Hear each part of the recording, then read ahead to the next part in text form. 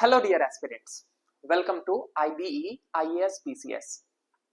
Have you ever wondered what exactly is your ethics paper all about? Sir, हमने तो अभी तक के अपने पढ़ाई में कभी ethics नाम के सब्जेक्ट का नाम ही नहीं सुना है. These are some of the questions that we constantly get.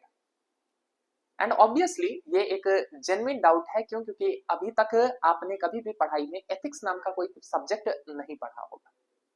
तो फिर सर ये सिविल सर्विसेज के एग्जाम में ये जो फोर्थ पेपर आता है हमारे मेंस में, उसमें हमें जो एथिक्स पढ़ना होता है, सर ये है क्या?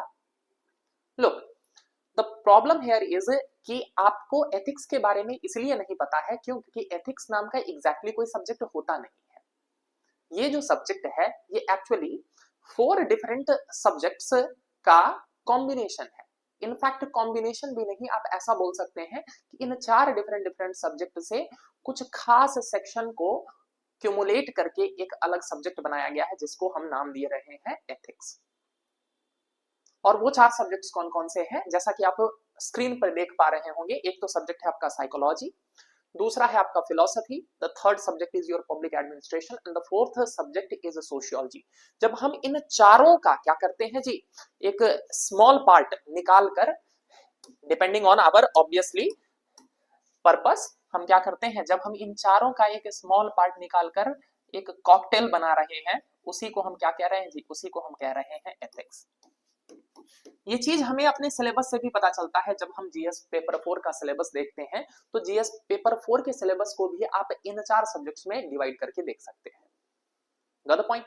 इसीलिए एथिक्स को समझने में बच्चों को बहुत दिक्कत होती है, इसीलिए एथिक्स समझ में नहीं आता है. क्यों? क्योंकि हम इसको एक अलग सब्जेक्ट के रूप में देखने की कोशिश करते हैं, एक अलग सब्जेक्ट के रूप में समझने की कोशिश करते हैं. But in reality it's not a different subject. ये कोई अलग सा विषय नहीं है, रादर ये क्या है, आपके इन चारों सब्जेक्ट के एक छोटे से पार्ट का कॉम्बिनेशन है. Got the point? So here eight IBE we are going to start a very fresh batch for GS paper 4, which is regarding your ethics, integrity and aptitude, and this paper is going to start from your 19th of May. Fine.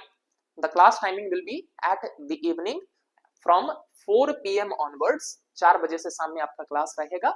आपको क्या करना है, अगर आप interested हैं अपनी तैयारी को लेकर, अगर आप सीरियसली इस बार जो है वो अपना सिलेक्शन इंश्योर करना चाहते हैं, और आपको अगर एथिक्स में किसी भी तरह की कोई भी समस्या है, सर सब्जेक्ट के कॉन्सेप्ट को समझने में दिक्कत हो रही है, क्योंकि इतना आसान नहीं होता है. आपने अगर सिलेबस को देखा होगा तो here you are expected to deal with various psychological concepts like what exactly is attitude, what is emotional intelligence, कैसे इनको अप्लाई करना होता है, how to apply them efficiently in your career as a civil servant.